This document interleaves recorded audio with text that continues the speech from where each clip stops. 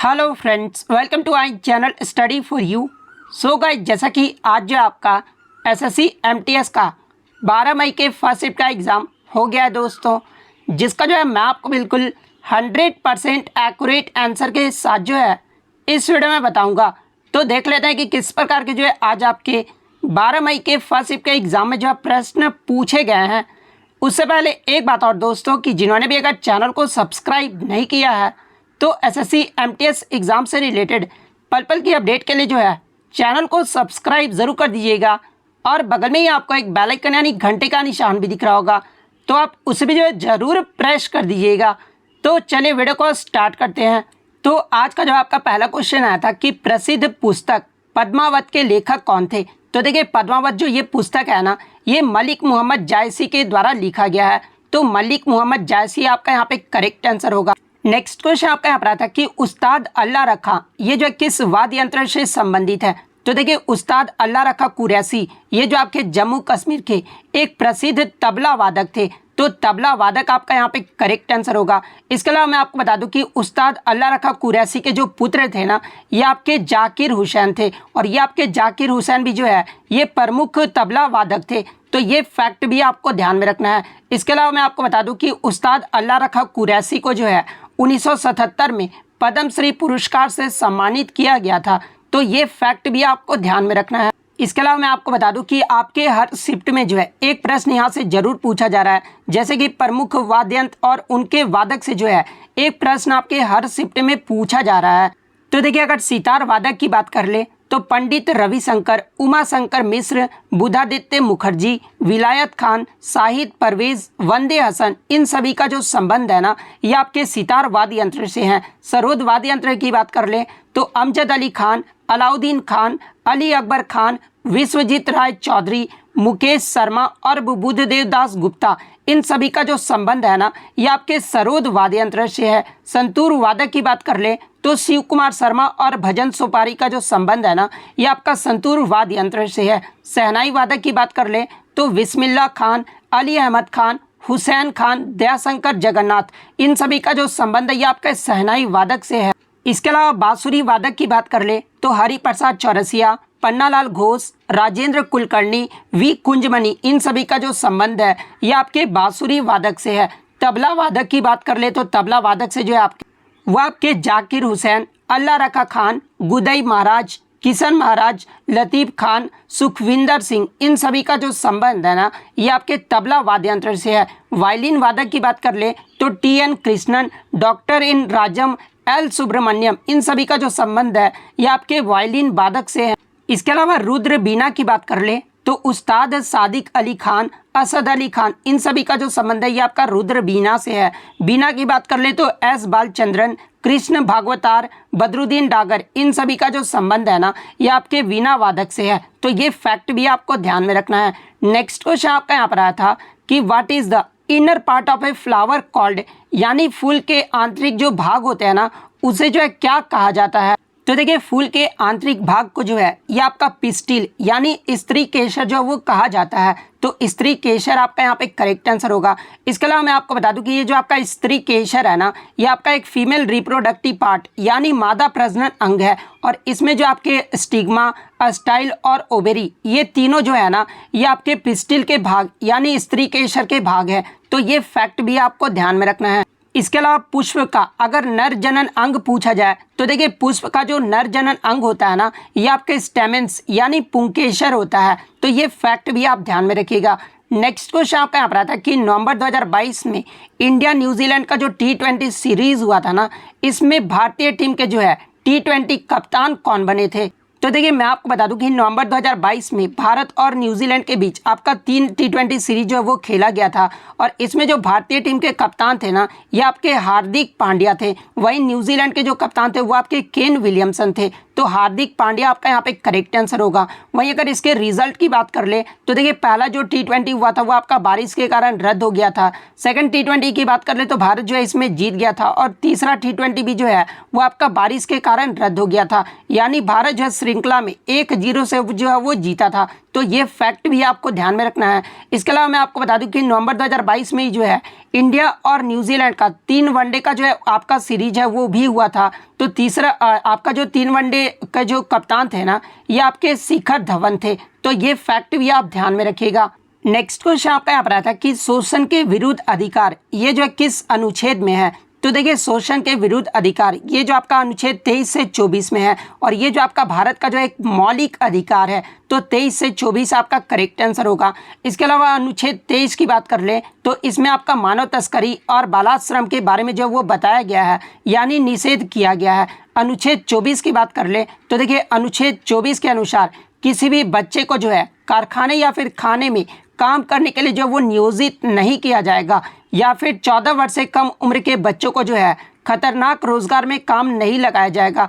ये जो आपका अनुच्छेद 24 में जो वो बताया गया है। इसके अलावा मैं आपको बता दूं कि मौलिक अधिकार से जो आपके लगातार प्रश्न जो है एग्जाम में पूछे जा रहे हैं, तो जैसे कि मैं आपको बता दूं कि मौलिक अधिकार ये जो आपके भारतीय संविधान के भाग 3 और अनुच्छेद 12 से 35 तक में जो है आपका मौलिक अधिकार का वर्णन जो वो किया गया है, और संविधान के भाग 3 को जो है मैग्ना कार्टा का जो संज्ञा वो दिया गया है।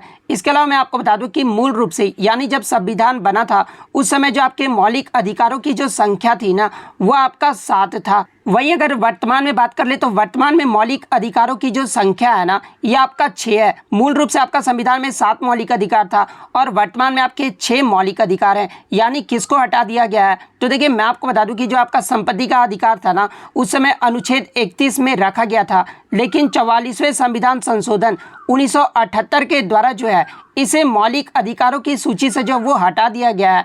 अब जो संपत्ति का अधिकार है ना, ये आपका भाग 12 में और अनुच्छेद 301 के तहत जो है इसे कानूनी अधिकार बना दिया गया है। तो ये फैक्ट भी आपको ध्यान में रखना है। इसके अलावा बात कर ले वर्तमान में 6 मौलिक अधिकार कौन कौन से हैं, तो पहला आपका समानता का अधिकार है जो कि अनुच्छेद 14 से 18 तक है। सेकंड आपका स्वतंत्रता का अधिकार है जो कि अनुच्छेद 19 से 22 में है। थर्ड आपका शोषण के विरुद्ध अधिकार है जो कि अनुच्छेद 23 से 24 में है। फोर्थ आपका धर्म की स्वतंत्रता का अधिकार है जो कि अनुच्छेद 25 से 28 में है। फिफ्थ आपका सांस्कृतिक और शैक्षिक अधिकार है जो कि अनुच्छेद 29 से 30 में है। और सिक्स्थ आपका संवैधानिक उपचार का अधिकार है जो कि आपका अनुच्छेद 32 में है। तो ये सारे पॉइंट जो आप ध्यान में रखिएगा। नेक्स्ट क्वेश्चन आपका यहाँ पर आता है कि केरल में कौन से त्यौहार को जो है नव वर्ष के रूप में मनाया जाता है। तो देखिए केरल का जो ये आपका विशु त्यौहार है ना, इसे जो है नव वर्ष के रूप में जो है केरल में मनाया जाता है। तो विशु त्यौहार आपका यहाँ पे करेक्ट आंसर होगा। इसके अलावा मैं आपको बता दूं कि देश के अलग अलग हिस्सों में जो है नव वर्ष को अलग अलग नामों से जो वो जाना जाता है, जहाँ से एग्जाम में आपके प्रश्न जो है वो पूछे जाते हैं। तो सबसे पहले हम लोग बात कर ले नवरेह के बारे में। तो देखिए ये जो आपका नवरेह है ना, ये आपका चंद्र नव वर्ष है जो कश्मीरी हिंदू के द्वारा कश्मीर में जो है आपका नव वर्ष के रूप में जो है इसे मनाया जाता है। इसके अलावा सेकंड अगर बात कर ले उगादी का त्यौहार के बारे में, तो देखिए उगादी का जो त्यौहार है ना, ये आपका मुख्य रूप से आंध्र प्रदेश, कर्नाटक और तेलंगाना में नए साल के शुरुआत में जो है इसे मनाया जाता है। यानी आंध्र प्रदेश, कर्नाटक और तेलंगाना में आपके नए वर्ष में कौन सा त्यौहार मनाया जाता है नए वर्ष के तौर पे, तो ये आपका उगादी त्यौहार मनाया जाता है। इसके अलावा पना संक्रांति की बात कर ले तो पना संक्रांति जो है ये आपका उड़िया का जो है नव वर्ष का पर्व है। गुड़ी पड़वा की बात कर ले तो ये आपका महाराष्ट्र और कोंकण क्षेत्र में नए वर्ष के रूप में जो है गुड़ी पड़वा को मनाया जाता है। पुथंडू की बात कर ले तो जिसे पुथरुसम भी कहा जाता है, और ये आपका तमिल नव वर्ष भी कहा जाता है। यानी तमिल जो है नव वर्ष के रूप में पुथंडू को जो है वो मनाते हैं। पोइला की बात कर ले तो पोइला बैसाख जो है ये बांग्ला नव वर्ष का जो वो त्यौहार है। तो ये फैक्ट भी आप ध्यान में रखिएगा। नेक्स्ट क्वेश्चन आपका यहाँ पर आता है कि पारंपरिक जो तापु नृत्य है ना, ये अरुणाचल प्रदेश में किस जनजाति के द्वारा किया जाता है। तो देखिए ये जो आपका तापु नृत्य है ना, ये अरुणाचल प्रदेश के आदि ट्राइब यानी आदि जनजाति का जो है एक युद्ध नृत्य है। तो आदि ट्राइब आपका यहाँ पे करेक्ट आंसर होगा। इसके अलावा मैं आपको बता दूं कि ये जो आपका तापु नृत्य है ना, ये गांव से बुरी आत्माओं को दूर भगाने के लिए जो है इस नृत्य को किया जाता है। तो ये फैक्ट भी आपको ध्यान में रखना है। इसके अलावा अरुणाचल प्रदेश के अन्य लोक नृत्य की बात कर ले तो बुइया, चालो, वांचो, पासी, कोंगकी, पोनुंग, पोपीर, बरदोछम, ये सब जो आपके अरुणाचल प्रदेश के लोक नृत्य हैं। तो ये फैक्ट भी आप ध्यान में रखिएगा। नेक्स्ट क्वेश्चन आपका यहाँ पर आता है कि 1867 में केशव चंद्र सेन ने जो है प्रार्थना समाज की स्थापना के लिए आत्माराम पांडुरंग की जो सहायता है ना, ये कहाँ पर किए थे। तो देखिए प्रार्थना समाज की बात कर ले तो प्रार्थना समाज की जो स्थापना है ना, ये आपका 31 मार्च 1867 को बम्बई में आत्माराम पांडुरंग के द्वारा किया गया था। तो बम्बई में जो है वो सहायता किए थे, तो बम्बई आपका यहाँ पे करेक्ट आंसर होगा। नेक्स्ट क्वेश्चन आपका यहाँ पर आता है कि पुरंदर की जो संधि है ना, ये कब हुई थी। तो देखिए पुरंदर की जो संधि है ना, ये आपका 1665 में आपका जय सिंह प्रथम और छत्रपति शिवाजी महाराज के बीच जो है इस संधि पर हस्ताक्षर किया गया था। और कब किया गया था, तो ये आपका 11 जून 1665 को किया गया था। तो 1665 आपका यहाँ पे करेक्ट आंसर होगा। इसके अलावा मैं आपको बता दूं कि यार जो आपके राजा जय सिंह थे ना, ये मुगल सम्राट औरंगजेब की तरफ से जो है इस संधि पर हस्ताक्षर किए थे। तो ये फैक्ट भी आप ध्यान में रखिएगा। नेक्स्ट क्वेश्चन आपका यहाँ पर आया था कि गैस सब्सिडी ये जो किस मंत्रालय के द्वारा भेजी जाती है। तो देखिए एलपीजी गैस सब्सिडी जो है ना, ये आपका पेट्रोलियम और प्राकृतिक गैस मंत्रालय के द्वारा जो है इसे भेजा जाता है। तो पेट्रोलियम और प्राकृतिक गैस मंत्रालय आपका करेक्ट आंसर होगा। नेक्स्ट क्वेश्चन आपका यहाँ पर आता है कि 1773 से 1785 तक जो है ब्रिटिश भारत के पहले गवर्नर जनरल कौन थे। तो देखिए बंगाल के जो पहले गवर्नर जनरल थे आपके वारेन हेस्टिंग्स थे, जिनका कार्यकाल 1773 से लेकर जो है 1785 तक रहा था। तो वारेन हेस्टिंग्स आपका करेक्ट आंसर होगा। इसके अलावा बात कर ले भारत के पहले गवर्नर जनरल के बारे में अगर पूछा जाए तो ये आपके विलियम बेंटिंक थे, जिनका कार्यकाल जो 1828 से लेकर जो है 1835 तक रहा था। तो ये फैक्ट भी आप ध्यान में रखिएगा। नेक्स्ट क्वेश्चन आपका यहाँ पर आता है कि निम्नलिखित में से किस लोक नृत्य में योगदान के लिए जो है 2021 में पद्म श्री से जो वो सम्मानित किया गया है, यानी 2021 में जो है किस लोक नृत्यांगना को पद्म श्री से जो वो सम्मानित किया गया है। तो देखिए ट्रांसजेंडर लोक नृत्यांगना मंजमा जोगाती को जो है ये आपका 2021 में पद्म श्री से सम्मानित किया गया था। तो मंजमा जोगाती आपका यहाँ पे करेक्ट आंसर होगा। नेक्स्ट क्वेश्चन आपका यहाँ पर आता है कि चंद्रगुप्त द्वितीय के समय ये जो आपका मंत्र शास्त्र जो पुस्तक था ना, ये किसके द्वारा लिखा गया था। तो देखिए ये जो आपका मंत्र शास्त्र पुस्तक था ना, ये आपका वैताल भट्ट के द्वारा लिखा गया था। तो वैताल भट्ट आपका यहाँ पे करेक्ट आंसर होगा। इसके अलावा मैं आपको बता दूं कि ये जो आपके वैताल भट्ट थे ना, ये चंद्रगुप्त द्वितीय के 9 रत्नों में से जो है वो एक थे, और ये 9 रत्नों में जो है ये जादूगर थे। तो ये फैक्ट भी आप ध्यान में रखिएगा। इसके अलावा शिल्प शास्त्र के बारे में अगर पूछा जाए तो देखिए ये जो आपका शिल्प शास्त्र है ना, ये आपके चंद्रगुप्त द्वितीय के 9 रत्नों में से एक शंकु के द्वारा जो वो लिखा गया था। तो ये फैक्ट भी आपको ध्यान में रखना है। इसके अलावा चंद्रगुप्त द्वितीय की बात कर ले तो ये आपके समुद्रगुप्त और उनकी रानी दत्ता देवी के जो है ये आपके पुत्र थे, और चंद्रगुप्त द्वितीय को जो है ये विक्रमादित्य के नाम से जाना जाता है। तो ये फैक्ट भी आप ध्यान में रखिएगा। नेक्स्ट क्वेश्चन आपका यहाँ पर आता है कि लौह स्तंभ ये जो है कहाँ पर स्थित है। तो देखिए ये जो आपका लौह स्तंभ है ना, ये आपका दिल्ली में स्थित है, और दिल्ली में भी जो है किस परिसर में स्थित है ये एग्जाम में पूछा जाता है। तो देखिए दिल्ली के मेहरौली में कुतुब मीनार परिसर में स्थित है, और इस स्तंभ का जो निर्माण है ना, ये चंद्रगुप्त द्वितीय के द्वारा 375 से लेकर 415 ईस्वी के दौरान जो है इसका निर्माण करवाया गया था। तो ये फैक्ट भी आपको ध्यान में रखना है। नेक्स्ट क्वेश्चन आपका यहाँ पर आता है कि शीतकालीन ओलंपिक 2022 के 2 अलग अलग आयोजनों के लिए जो है क्वालिफाई करने वाले पहले भारतीय एथलीट कौन बने थे। तो देखिए जो आपका 2022 में शीतकालीन ओलंपिक बीजिंग में होना था, इसमें जो है अलग अलग आयोजनों के लिए जो आपके भारत की तरफ से जो क्वालिफाई किए गए थे ना, ये मोहम्मद आरिफ खान क्वालिफाई किए थे। तो मोहम्मद आरिफ खान आपका करेक्ट आंसर होगा। नेक्स्ट क्वेश्चन आपका यहाँ पर आता है कि वायुमंडल के निम्नलिखित परतों में से किसमें जो है ओजोन परत यानी ओजोन लेयर जो है वो पाया जाता है। तो देखिए ओजोन लेयर की बात कर ले तो ये आपका समताप मंडल यानी स्ट्रेटोस्फीयर में जो वो पाया जाता है। तो समताप मंडल आपका करेक्ट आंसर होगा। नेक्स्ट क्वेश्चन आपका यहाँ पर आता है कि भारत में सीमा सड़क का जो निर्माण है ना, ये कौन करता है। तो देखिए भारत में सीमा सड़कों का जो निर्माण है ना, ये आपका BRO यानी सीमा सड़क संगठन करते हैं। तो BRO आपका यहाँ पे करेक्ट आंसर होगा। नेक्स्ट क्वेश्चन आपका यहाँ पर आता है कि फातिमा शेख ये जो है किससे संबंधित है। तो देखिए ये जो आपका फातिमा शेख थी ना, ये भारत की प्रथम मुस्लिम महिला शिक्षिका थी। तो प्रथम मुस्लिम महिला शिक्षिका आपका करेक्ट आंसर होगा। इसके अलावा बात कर ले भारत के पहले महिला शिक्षिका और प्रिंसिपल कौन थी। तो देखिए भारत की जो पहली महिला शिक्षिका और प्रिंसिपल थी ना, ये सावित्रीबाई फुले थी। यहाँ पर जो आपका प्रथम मुस्लिम महिला शिक्षिका अगर पूछा जाए तो ये आपका फातिमा शेख थी। तो ये फैक्ट भी आप ध्यान में रखिएगा। नेक्स्ट क्वेश्चन आपका यहाँ पर आता है कि बांदीपुर राष्ट्रीय उद्यान ये जो है किस राज्य में है। तो देखिए बांदीपुर राष्ट्रीय उद्यान जो है ये आपका कर्नाटक राज्य में स्थित है, तो कर्नाटक आपका करेक्ट आंसर होगा। नेक्स्ट क्वेश्चन आपका यहाँ पर आता है कि देश में वस्तुओं के उत्पादन या फिर विनिर्माण पर कौन सा शुल्क यानी कर जो है वो लगता है। तो देखिए, देश में वस्तुओं के उत्पादन या फिर विनिर्माण पर आपका जो है एक्साइज ड्यूटी यानी उत्पाद शुल्क लगता है, तो उत्पाद शुल्क आपका करेक्ट आंसर होगा। नेक्स्ट क्वेश्चन आपका यहाँ पर था कि पश्चिमी चक्रवाती विक्षोभ यानी वेस्टर्न जो डिस्टर्बेंस है ना, ये कहाँ से उत्पन्न होता है। तो देखिए, पश्चिमी चक्रवाती जो विक्षोभ है ना, ये आपका शीतकालीन मौसम की घटनाएं हैं जो आपका भूमध्य सागरीय क्षेत्र यानी मेडिटेरियन सी रीजन से जो है पश्चिमी प्रवाह द्वारा जो है ये लाया जाता है, तो मेडिटेरियन सी आपका यहाँ पे करेक्ट आंसर होगा। नेक्स्ट क्वेश्चन आपका यहाँ पर आया था कि which non metal that exist in different form यानी कौन सी अधातु जो है विभिन्न रूपों में जो वो मौजूद होता है।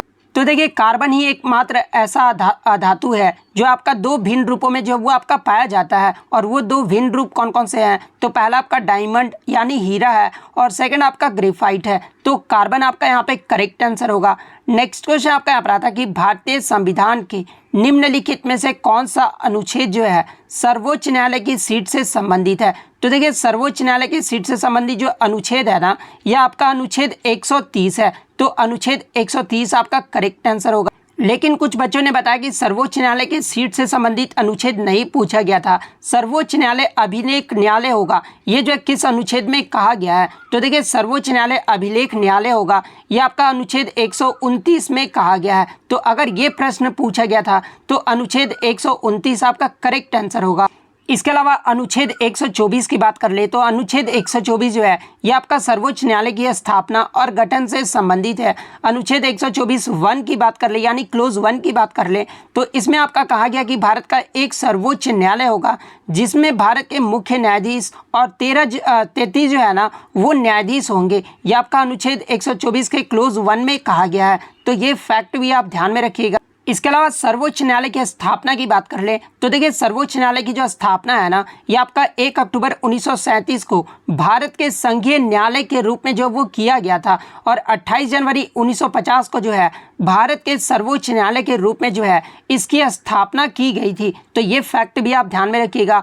और सर्वोच्च न्यायालय को जो है हमारे संविधान के संरक्षक के रूप में भी जो है वो जाना जाता है। इसके अलावा अनुच्छेद 133 के बारे में पूछा जाता है। तो देखिए, सिविल मामलों के संबंध में उच्च न्यायालयों से अपील में सर्वोच्च न्यायालय के अपीलीय क्षेत्राधिकार के जो प्रावधान है ना, ये आपके अनुच्छेद 133 में है। इसके अलावा अनुच्छेद 140 की बात कर ले तो ये आपका सर्वोच्च न्यायालय के सहायक शक्तियों का जो उल्लेख है ना, ये आपका अनुच्छेद 140 में किया गया है। अनुच्छेद 145 की बात कर ले तो ये आपके सर्वोच्च न्यायालय को नियम बनाने की जो है वो शक्ति प्रदान करता है। तो ये सारे फैक्ट जो आप ध्यान में रखिएगा। नेक्स्ट क्वेश्चन आपका यहाँ पर आता है कि जनसंख्या घनत्व ये जो है कैसे मापा जाता है, यानी पॉपुलेशन जो डेंसिटी है ना, ये कैसे निकाला जाता है। तो देखिए, जनसंख्या घनत्व जो है ये आपका कुल आबादी को कुल क्षेत्रफल से डिवाइड किया जाता है, तब आपका जनसंख्या घनत्व निकल जाता है।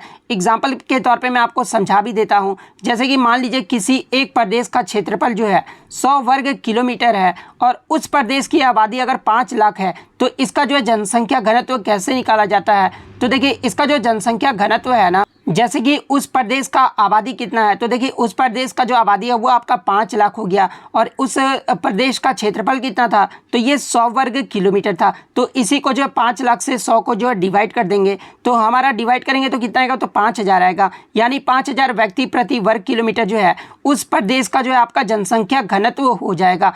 तो इस प्रकार से जो आप किसी भी प्रदेश का जो है जनसंख्या घनत्व या फिर किसी भी देश का जो है जनसंख्या घनत्व जो है वो निकाला जाता है। तो इतने क्वेश्चन जो है आज मुझे बच्चों के द्वारा मिले हैं जो कि 100% रियल और ऑथेंटिक हैं। तो अगर वीडियो अच्छी लगी हो तो वीडियो को जो है लाइक ज़रूर कर दीजिएगा, और इसी तरह रियल कंटेंट पाने के लिए जो है चैनल को सब्सक्राइब ज़रूर कर दीजिएगा। तो मिलते हैं नेक्स्ट वीडियो में, तब तक thank you, all the best.